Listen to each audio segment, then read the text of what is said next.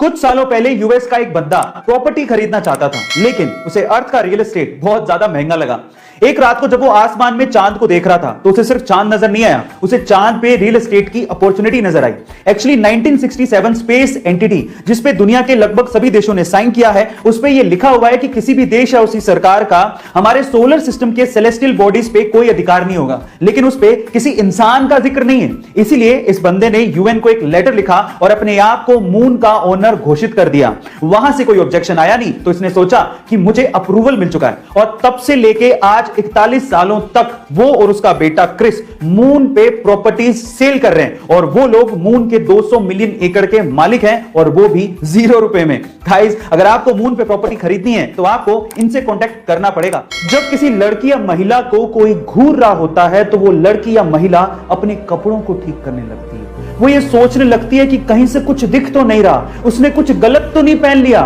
वो अपने आप को दोषी मानने लगती है। उस हर महिला और लड़की से आज मैं ये कहना चाहता हूं कि इसमें आपकी कोई भी गलती नहीं है। और साथ ही साथ सभी लड़कियों और महिलाओं को एक कानूनी अधिकार भी याद दिलाना चाहता हूं कि अगर आपको कोई 14 सेकंड से ज्यादा घूरता है तो आईपीसी के सेक्शन 294 एंड 509 के तहत यह कानूनी दंडनीय अपराध है और उस व्यक्ति को सजा भी हो सकती है। Guys, stop teasing and raise voice against it. Maharashtra के नासिक से कोरोना वैक्सीन को लेके एक अजीब सा वाकया सामने आया है। नासिक के अरविंद सोनार का यह दावा है कि वैक्सीन की दोनों डोजेस लगवाने के बाद उनके शरीर में चुंबकीय शक्तियां पैदा हो गई हैं। वो मैग्नेट मैन बन चुके हैं। मतलब यह कि उनके शरीर से सिक्के और चम्मच चिपकने लगे हैं।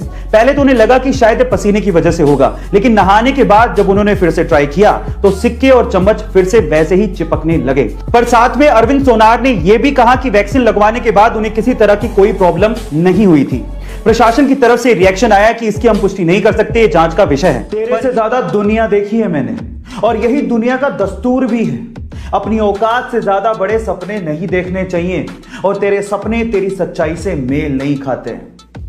जब एक बाप ने अपनी औकात से बड़े सपने देखने वाले अपने बेटे को यह बात कही तो उसके बेटे ने यह रिप्लाई किया, मैं नहीं बदलूंगा अपने सपनों को अपनी सच्चाई से मेल खाने को, मैं बदलूंगा अपनी सच्चाई को ताकि वो मेरे सपनों से मेल खाएं। गाइस, आपके सपने और आपकी औकात आपकी सोच पे डिपेंड करती है, आप कहां से आए हो उस पे डिपेंड नहीं करती। तो इसलिए बड़े सपने देखो और उसे पूरा करने के लिए अपनी जी जान लगा दो। नायक मूवी में एक दिन का सीएम वाला मजेदार कॉन्सेप्ट तो आपने जरूर देखा होगा। सिर्फ एक दिन के लिए सीएम बन के देखो।